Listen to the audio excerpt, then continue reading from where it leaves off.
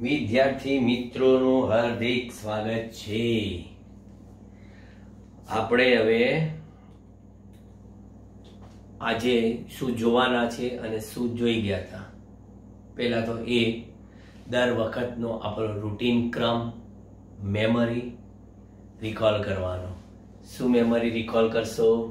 સૌથી પહેલા ગયા લેક્ચરમાં આપણે બે લેક્ચરના બે ભાગમાં 1 થી 8 અને 9 થી 13 એવા સ્વાધ્યાયના દાખલા જોઈ ગયા હતા। હવે આજના લેક્ચરમાં આપણે ઉદાહરણના દાખલા જોઈએ છે। સમય પ્રમાણે લગભગ આપણો ટાર્ગેટ છે 5 દાખલા સુધીનો, કારણ કે કુલ ઉદાહરણના દાખલા આપણી પાસે 10 છે। ઉદાહરણના દાખલા એટલે પાઠ્યપુસ્તકમાં ગણેલા દાખલા।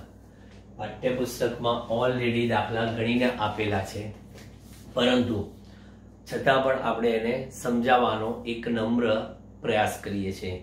હવે વિદ્યાર્થીઓ, દિન પ્રતિદિન આપણો સિલેબસ આગળ વધતો જાય છે। અગત્યના એવા 3 પ્રકરણ જોતામાં પૂર્ણ થઈ જવાના, કારણ કે આખા ફિઝિક્સમાં આ 3 પ્રકરણ જ થોડા લેન્ધી છે, બાકીના કોઈ પ્રકરણ એટલા લેન્ધી નથી। અને પછી ધારો કે કોઈ પ્રકરણ લેન્ધી છે તો એના ન્યુમેરિકલ્સ એટલા બધા નથી। આ તો ન્યુમેરિકલ્સથી માંડીને થિયરીથી માંડીને સંપૂર્ણપણે ખૂબ જ લાંબા પ્રકરણ આપણા 3 હતા, અને એ 3 પ્રકરણ આપણા પૂર્ણાહુતિના અત્યારે આરે પહોંચી ગયા છે। ત્રીજું તો હવે લગભગ 1 વીકની અંદર આપણે સંપૂર્ણપણે પૂરું થઈ જશે વધારાના સ્વાધ્યાય સાથે। હવે તમારે કામ શું કરવાનું છે? જેટલા પણ પ્રકરણ પતી ગયા એનું એક લિસ્ટ બનાવો કે એની અંદર કેટલા ટૂંકા પ્રશ્નો આવે છે, કેટલા સ્વાધ્યાયના દાખલા આવે છે, કેટલા ઉદાહરણના દાખલા આવે છે, આટલું કરી નાખો। એમસીક્યુ તો દાખલા આવડે એટલે એમસીક્યુ આવડવાના જ છે, કારણ કે દાખલાની અંદર સૂત્રો આવે છે, સૂત્રનો ઉપયોગ આવે એટલે એમસીક્યુ આવડવાના છે।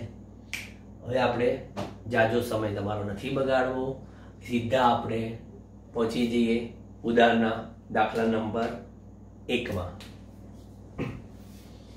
એટલે આ છે આપણો ઉદાહરણ 3.1। શું આપ્યું છે એ આપણે રકમ તો પાઠ્યપુસ્તકમાંથી લેવાની કોશિશ કરીએ, કારણ કે આપણી પાસે તૈયાર પ્રિન્ટેડ રકમ નથી।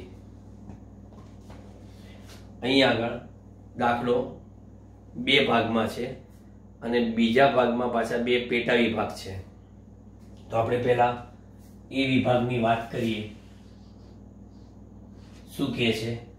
1.5 એમ્પિયર પ્રવાહનું વહન કરતા, પહેલા જે આપ્યું હોય છે હંમેશા લખવા તમને મેં વારંવાર શીખવાડેલું છે કે રકમ આખી વાંચવાની કોશિશ કરવાની નહીં।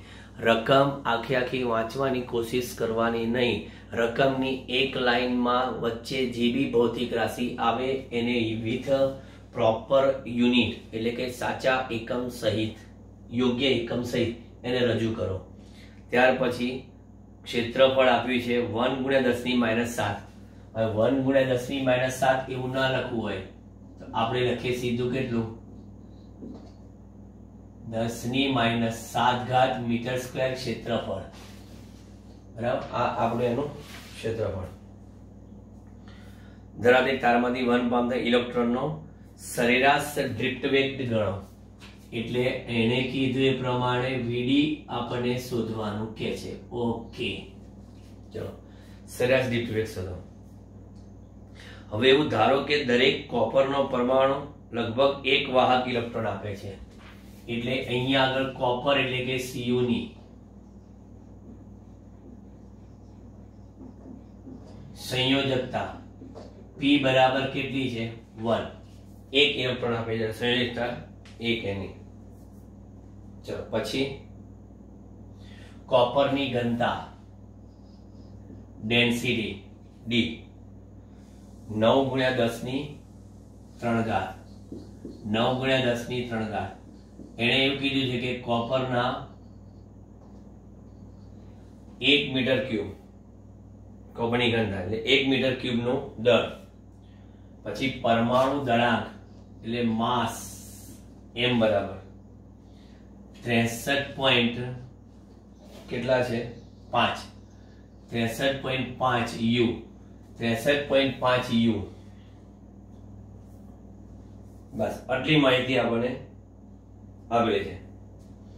આપણને ખબર છે કે કોઈ બી ઇલેક્ટ્રોનનો ડ્રિફ્ટ વેગ છે એટલે ઇલેક્ટ્રોન ઓલવેઝ ડ્રિફ્ટ ક્યાં થાય લગાડેલા વિદ્યુત ક્ષેત્રની અસર હેઠળ લગાડેલા વિદ્યુત ક્ષેત્રની અસર હેઠળ પણ વિદ્યુત ક્ષેત્રની વિરુદ્ધ દિશામાં એ ખસે છે એટલે એનું હંમેશા સ્થાનાંતર કે ડ્રિફ્ટ જે થાય છે એ ક્ષેત્રની ક્યાં થાય છે વિરુદ્ધ થાય છે એ આપણને ખબર છે.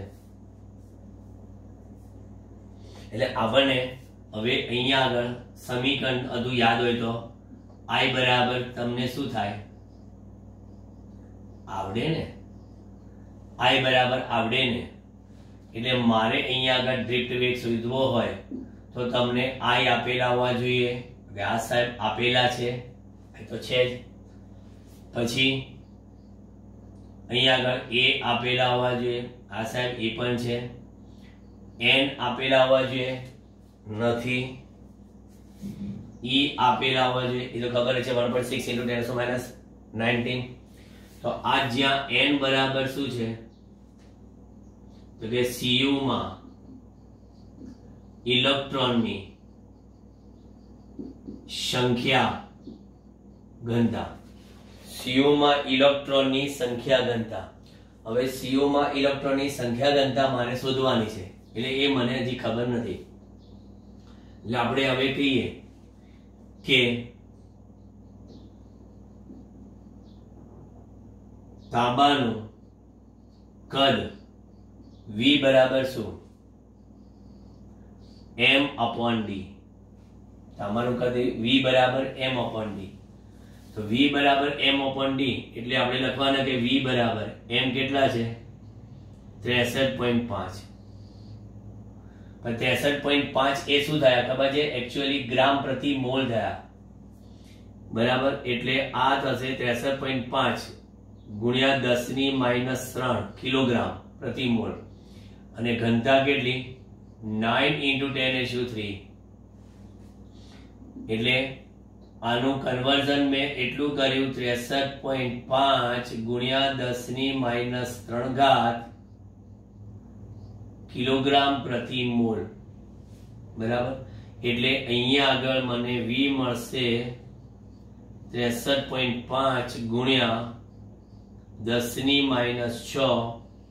ભાગ્યા 9 આટલા કિલોગ્રામ સોરી આ કદ થઈ ગયો ને આટલા મીટર ક્યુબ પ્રતિ મોલ આ તાંબાના 1 મોલનું કદ થઈ ગયું તાંબાના 1 મોલનું કદ બરાબર આ તાંબાના 1 મોલનું મને કદ મળ્યું આનો અર્થ એવો થયો કે 1 મોલ એટલે કે V કદમાં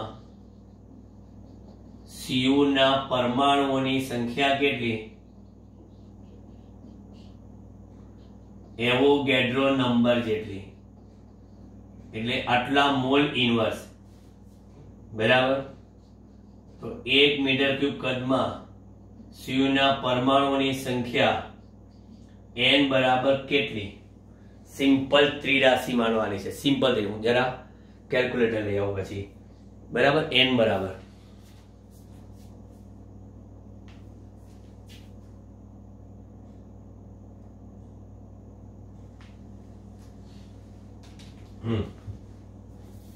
તો અહીંયા 83 મૂકશો તો n બરાબર શું આવશે તો કે n બરાબર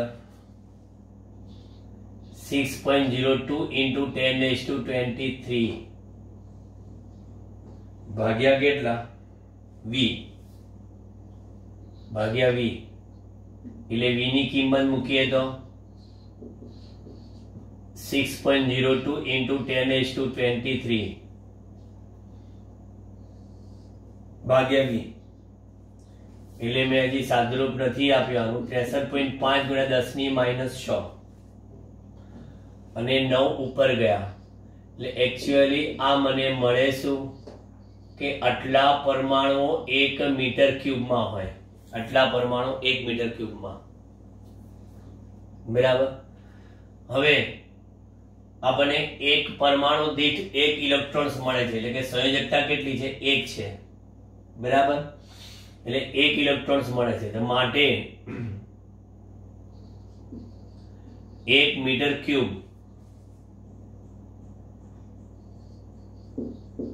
કદમાં ઇલેક્ટ્રોનની સંખ્યા n ડેશ કેટલી? n into p જેટલી. એટલે n ડેશ બરાબર, હવે તો સીધો ગુણાકાર જ કરી નાખો. કયો? 6.02 ગુણ્યા 9 ભાગ્યા 63.5 એટલે 0.85 853 ગુણ્યા 10 ની 6 ઉપર જાય એટલે 29. બરાબર. આટલા શું થાય? આટલા મને ઇલેક્ટ્રોન્સ મળ્યા પ્રતિ મીટર ક્યુબ. બરાબર. આટલા ઇલેક્ટ્રોન્સ પ્રતિ મીટર ક્યુબ. બરાબર. એટલે આને આપણે સંખ્યા n ડેશ ની આપણે કહીએ સંખ્યા ઘનતા, n જ લખી. 1 મીટર ક્યુબમાં રહેલા ઇલેક્ટ્રોનની સંખ્યા એટલે સંખ્યા ઘનતા, એટલે n બરાબર 8.53 ગુણ્યા 10 ની 28 ઇલેક્ટ્રોન્સ પ્રતિ મીટર ક્યુબ. એટલે ઇલેક્ટ્રોનની મને સંખ્યા ઘનતા મળી ગઈ આટલી. ચલો મારે એ શોધવું હતું, એ જ પહેલા આજ એ મેં શોધી કાઢી. 1 મીટર ક્યુબમાં ઇલેક્ટ્રોનની સંખ્યા. હવે જો સંયોજકતા બદલાઈ જાય તો પાછી સંખ્યા ઘનતા બદલાઈ જાય. બરાબર. એટલે સંયોજકતા એને આપવી પડે. એ મેં લખી નાખી. ઓકે. તો માટે હવે વીડી બરાબર મારી પાસે તમામ કિંમતો છે. અહીંયા ધ્યાન. ઓકે. આઈ કેટલા છે? 1.5. ઓકે. એ 10 ની -7. n હમણાં જ ગરમા ગરમ ઉતર્યા 8.53 ગુણ્યા 10 ની 28 8.5 લેવા વાંધો નહીં. અને 1.6 ગુણ્યા 10 ની -19. ચલો દીપ્ત વેગ માટે ફરી કેલ્ક્યુલેટર. 1.5 ભાગ્યા 8.53 ભાગ્યા 1.6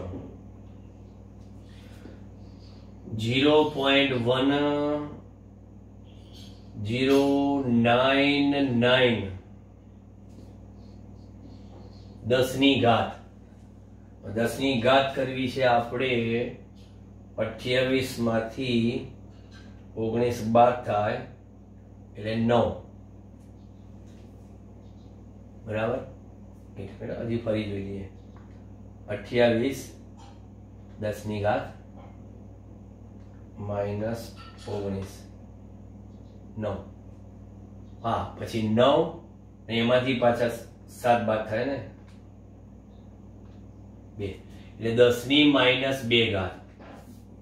એટલે ડ્રિફ્ટ વેગ હશે 1 પોઈન્ટ ખસી જાય તો 1.01 લખીએ કાય 1.01 ના આમ જ રાખો ને ગુણ્યા 10 ની -3 ઘાત મીટર પ્રતિ સેકન્ડ. અને ના લખવું હોય તો આને બીજી રીતે મિલીમીટર પ્રતિ સેકન્ડ એ લખાય. 1.09 મિલીમીટર પ્રતિ સેકન્ડ. ચલો આ થઈ ગયો તમારો ડ્રિફ્ટ વેગ, એટલે દાખલા નંબર 3.1 નો એ ડિપાર્ટમેન્ટ. હવે બી ડિપાર્ટમેન્ટમાં શું કહે છે એ જોઈએ. હવે કઈ એટલું બધું અઘરું નથી. મેઇન આ દાખલામાં તમારે જે ખૂટતું હતું એ વસ્તુ શોધીને આ સિસ્ટમ સમજજો કે તાંબાની જગ્યા પર બીજો કોઈ પણ ધાતુ આપી શકે એટલે બદલાઈ શકે. શું એની ડેન્સિટી બદલાઈ શકે અને પરમાણુ દળાંક બદલાઈ શકે. ડેન્સિટી ને પરમાણુ દળાંક બદલાઈ જાય. બસ એટલું ધ્યાન રાખજો. અને સંયોજકતા બદલાઈ જાય એટલું ચેન્જ થાય, બાકી બધું method wise same to same. હવે એને કીધું છે ઉપરોક્ત મળેલી ડ્રિફ્ટ ઝડપને સામાન્ય તાપમાને કોપરના પરમાણુની ઉષ્મીય ઝડપ, આ થઈ ગયો નંબર 1. બી માં 2 વિભાગ મેં તમને કીધું 27 ડિગ્રી સેલ્સિયસ 300 ડિગ્રી કેલ્વિન, બરાબર. હવે એમાં શું કરવાનું છે, કોપરના પરમાણુઓની ઉષ્મીય ઝડપ, એમાં બોલ્ટ્ઝમેનનો અચળાંક આવશે કેટલો,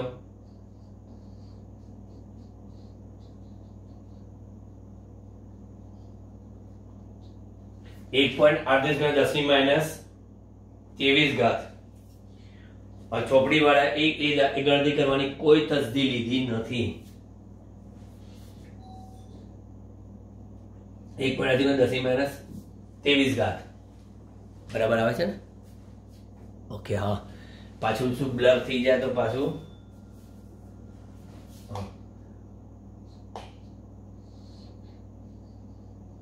જૂલ પ્રતિ મોલિક્યુલ ડિગ્રી કેલ્વિન, કેબી બરાબર બોલ્ટ્ઝમેનનો અચળાંક, બરાબર. અને એમાં આપણે એમ દર ધરાવતા કોપરના પરમાણુની ઉષ્મીય ઝડપ શોધવાની છે.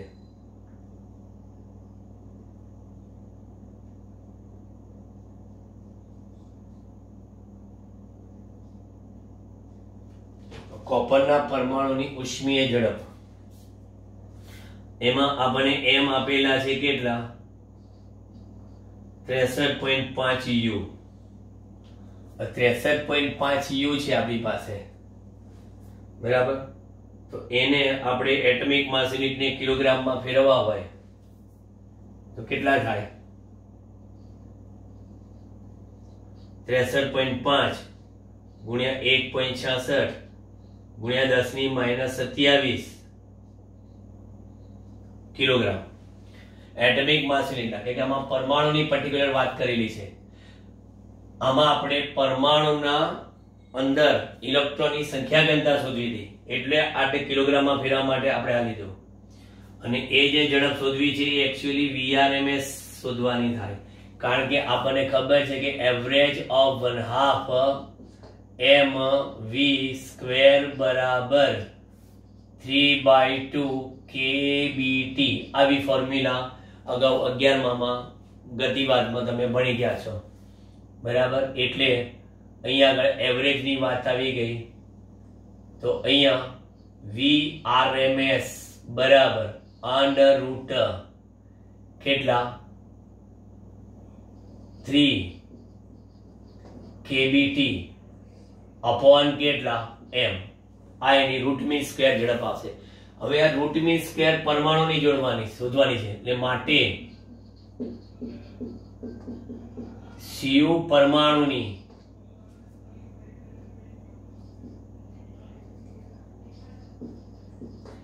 RMS ઝડપ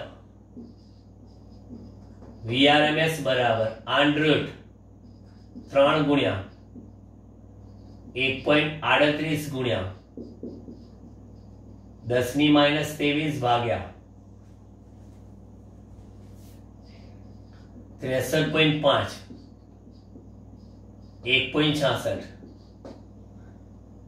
ગુણ્યા 10⁻27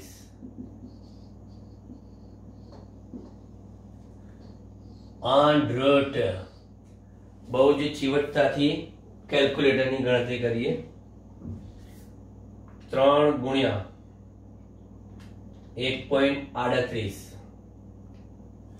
એટલે ઉપર આવી જશે 4.14 ગુણ્યા 10 ચેક કરી લઈએ પહેલા, પછી નીચે 63.5 ગુણ્યા 1.66 105.41. ઓકે. હવે 27 ઉપર જતા રહેશે,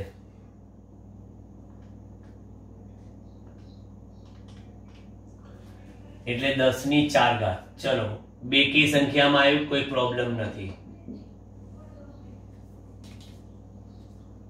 આપણો જવાબ છે 4.14 ભાગ્યા 105.41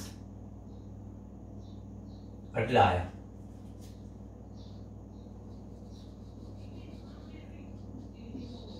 અંડરરૂટમાં 0.0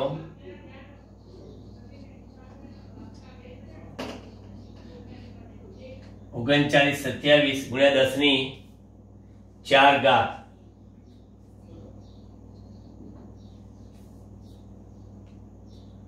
એટલે તમારો જવાબ આવશે 0.3927 અને એનું વર્ગમૂળ એટલે 0.198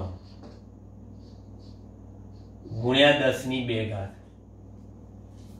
એટલે VRMS બરાબર 1 પોઈન્ટ જવા દો 1.98 ગુણ્યા 10 ની 1 ઘાત 1.98 10 ની 1 ઘાત.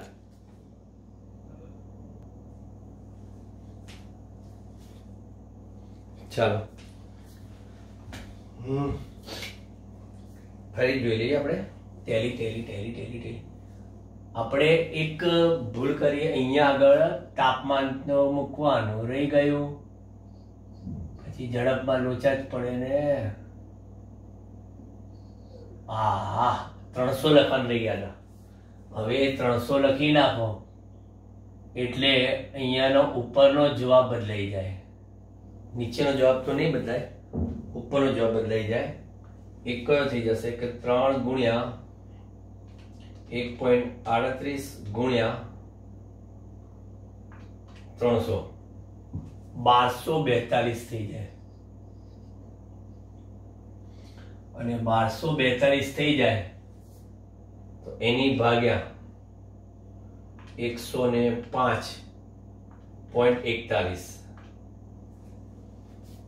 એટલે 11.78 થઈ જાય. હવે 11.78 લખો તમે તો એનો વર્ગમૂળ 3.43 થાય.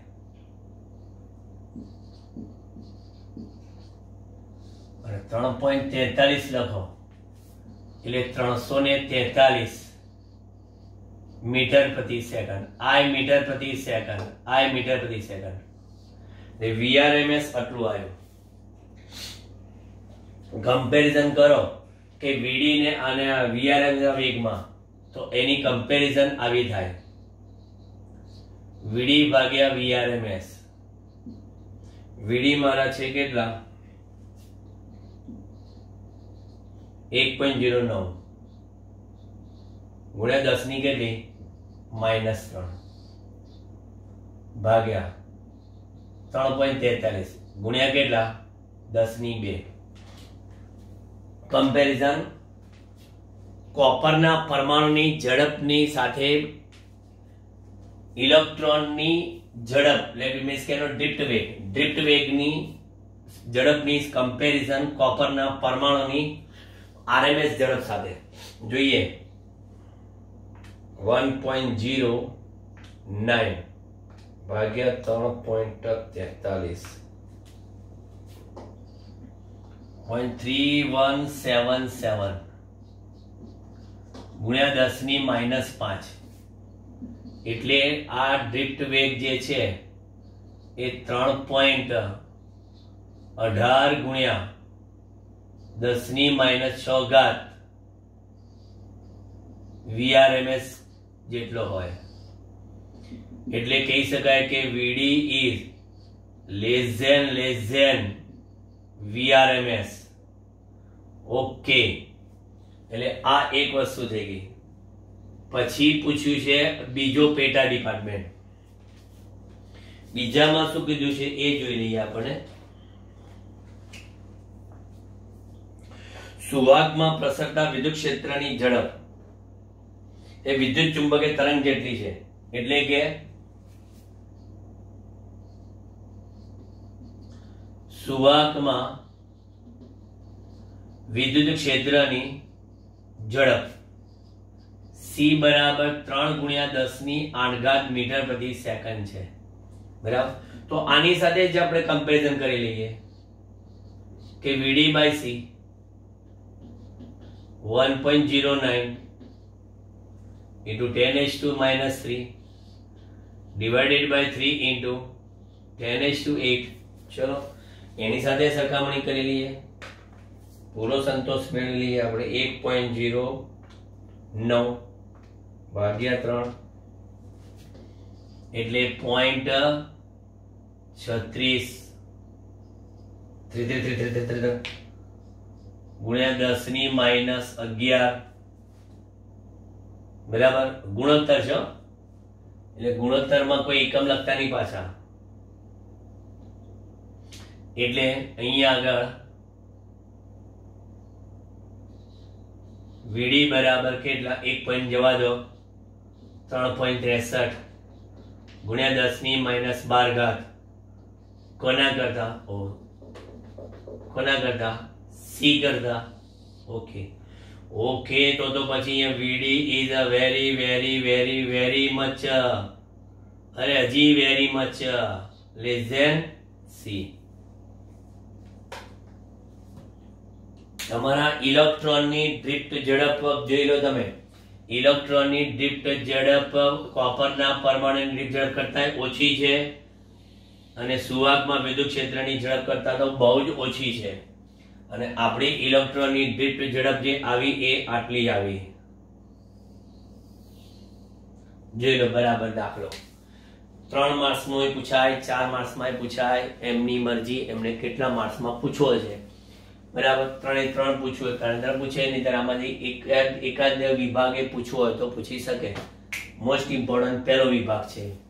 બીજો વિભાગ તો એક શું છે કે કોન્સેપ્ટ આપેલો છે કે relative comparison between the copper's atoms and velocity of the electric field. એની સાથે ઇલેક્ટ્રોન્સ ને ડ્રિફ્ટ જે વેલોસિટી છે એની કમ્પેરિઝન આપી છે. ઓકે જોઈ લો, સ્ક્રીનશોટ લઈ લો.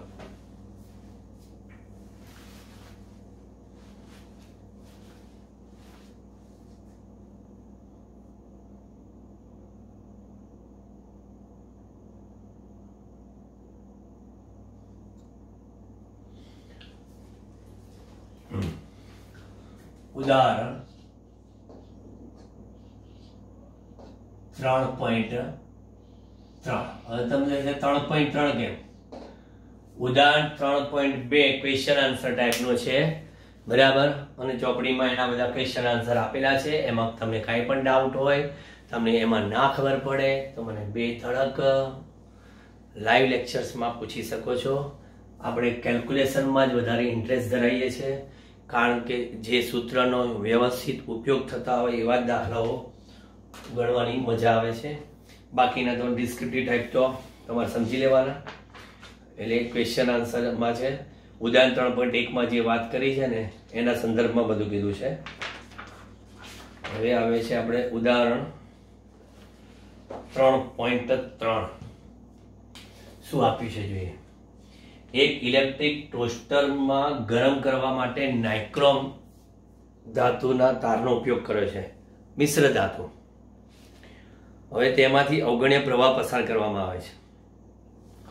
ઓરડાના તાપમાને તેનો અવરોધ 75.3 ઓહ્મ જેટલું બને છે અને પછી 230 વોલ્ટના ઉદ્ગમ સાથે જોડવામાં આવે ત્યારે અમુક સેકન્ડ બાદ પ્રવાહનું મૂલ્ય 2.68 એમ્પિયર જેટલું સ્થાયી બને છે. તો નિક્રોમ તારનું સ્થાયી તાપમાન કેટલું હશે?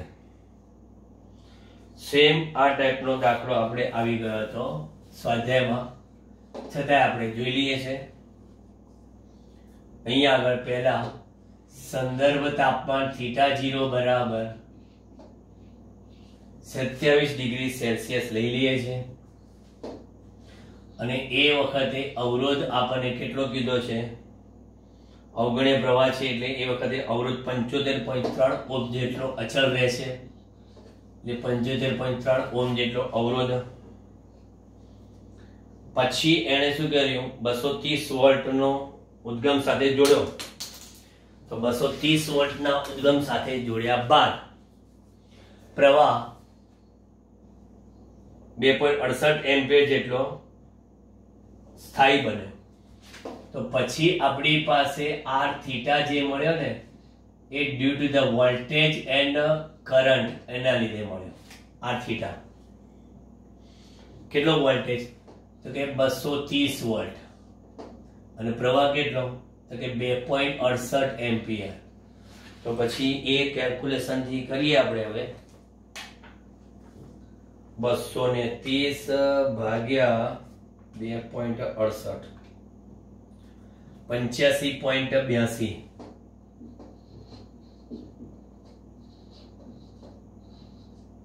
85.82 ઓમ. 8 લઈએ તોય ચાલે કે દશાંશ ચિહ્ન પછી એક જ આંકડાની ચોકસાઈ. ચલો 85.8 ઓમ r થીટા થઈ ગયો.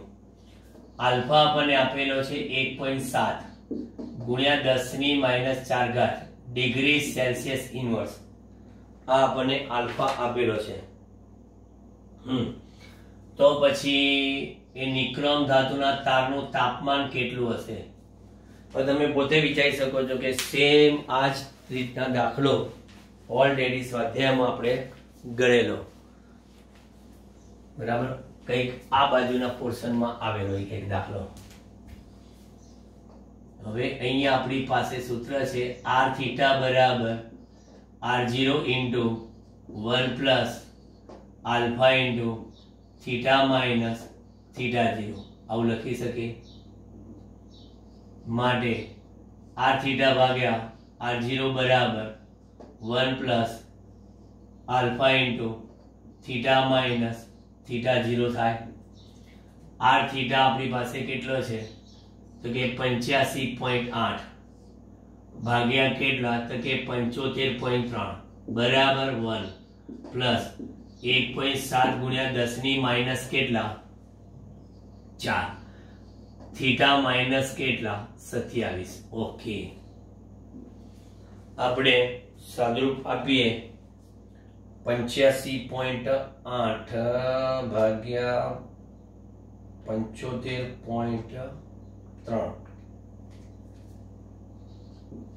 1.139 બરાબર 1 પ્લસ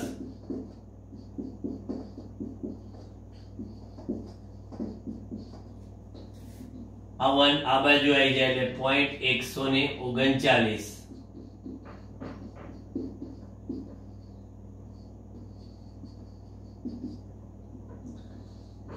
થીટા માઇનસ 27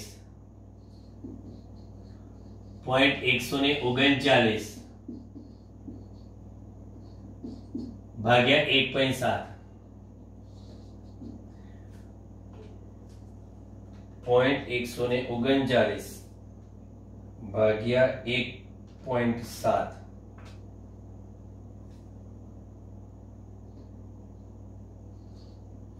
0.8176 ગુણ્યા 10⁴ વત્તા 27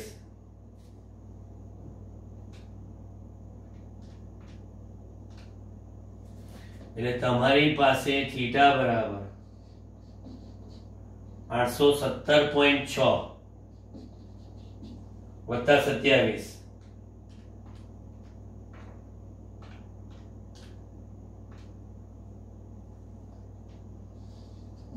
મારી દ્રષ્ટિએ 844.6 ડિગ્રી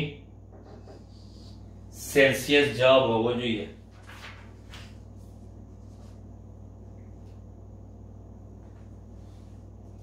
$847 આવે છે ઉદાહરણના દાખલામાં એ લોકોને. 85.8 75.3 બધું બરાબર છે. 820 જવાબ આવે છે. આ જવાબ એમને 820 આવે છે. ચલો ટેલી કરી લઈએ. આ તો ઉદાહરણ દાખલા છે એટલે ટેલી કરી, બાકી આપણે ગણતરી બરાબર જ કરી છે.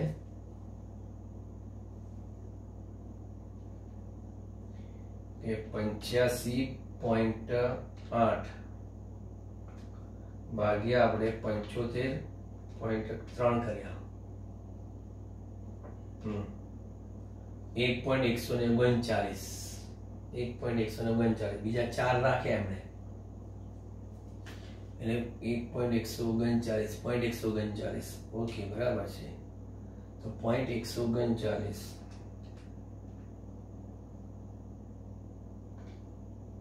139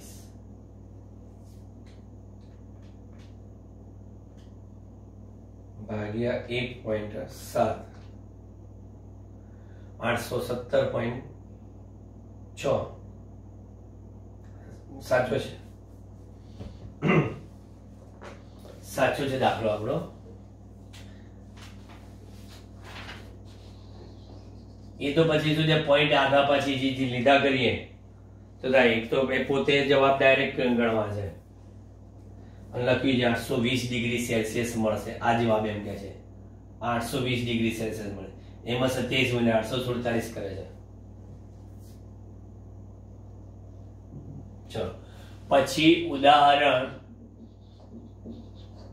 3.4 એ પણ અવરોધ છે પ્લેટિનમ અવરોધ ધરાવતા થર્મોમીટરમાં રહેલા પ્લેટિનમ તારનો અવરોધ બરફના તાપમાને 5 ઓહ્મ અને વરાળના તાપમાને 5.23 છે થર્મોમીટરને હોટ બાથમાં ડુબાડવામાં આવે તો પ્લેટિનમ તારનો અવરોધ 5.795 મળે છે તો બાથનું તાપમાન શોધો એટલે અહીંયા આગળ આપણી પાસે સંદર્ભ તાપમાન તરીકે કયું લેવાનું તો કહે છે કે અહીંયા આગળ સંદર્ભ તાપમાન તરીકે બરફનું તાપમાન 0 ડિગ્રી સેલ્સિયસ અને એનો અવરોધ કેટલો છે તો કે 5 ઓહ્મ એવું કહી શકું બરફના તાપમાને 5 ઓહ્મ પછી વરાળના તાપમાને આપણે બે અલગ અલગ આપેલું છે હવે θ1 બરાબર θ1 બરાબર 100 ડિગ્રી સેલ્સિયસ તાપમાને આ θ1 કેટલો આપેલો છે વરાળના તાપમાને 5.23 ઓહ્મ જો માહિતી ઉપર જ છે બધું જે કી છે અને હોટ બાથ એ ખબર નહીં એ કેટલા degree Celsius I don't know okay તો એ એના હોટ બાથના તાપમાને અવરોધ કેટલો આપેલો છે પાછો 5.795 બસ તો θ2 શોધવાનો છે ઓકે આ આખો દાખલો આપણે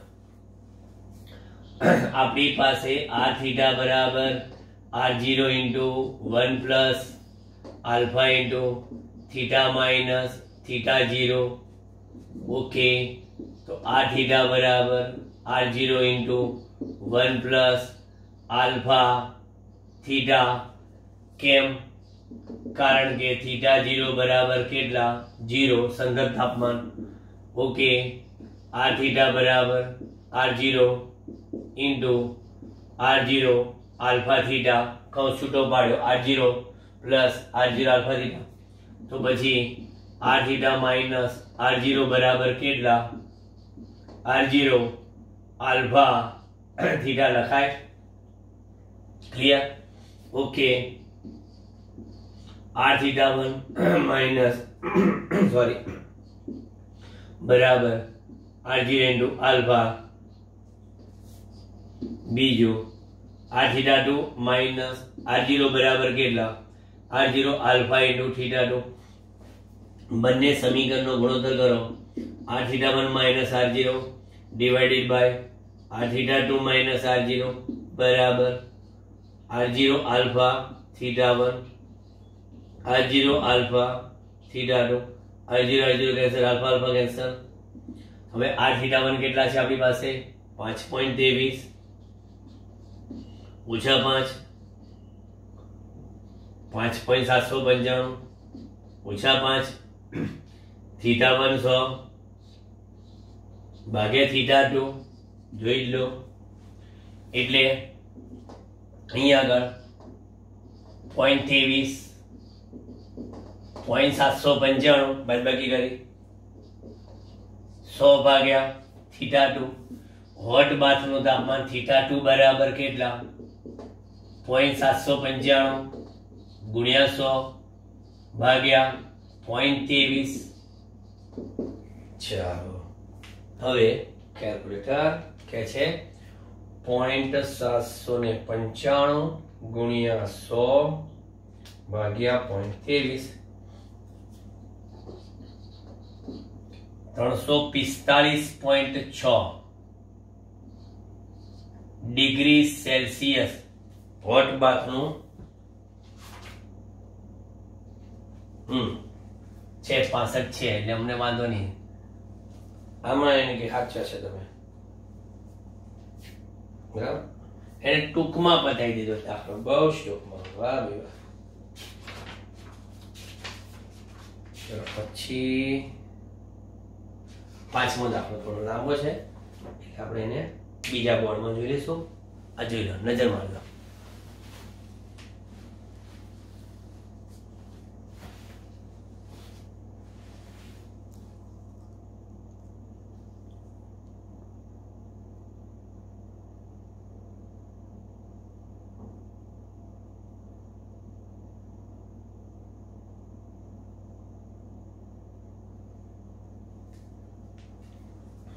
એક કામ કરીએ આપણે, હવે જે બધા દાખલા છે ને આ બધા પહેલા અવરોધના તાપમાન સાથેના સંબંધના બધી ગયા. હવે કિર્ચોફના નિયમનો ઉપયોગ કરીને વોલ્ટેજ ડ્રોપ શોધવાના, દરેક શાખામાંથી વહેતા પ્રવાહ શોધવાના, એ પ્રકારના દાખલા છે. એટલે આપણે બીજા વિડીયો સેશનમાં લઈએ. આ વિડીયો સેશન આમે અત્યારે 40-41 મિનિટ તો થઈ ગયો છે બરાબર. એટલે આને આપણે અત્યારે અહીંયા સ્ટોપ રાખીએ. નેક્સ્ટમાં હમણાં જ થોડી જ વારમાં કમિંગ સૂન. ઓકે.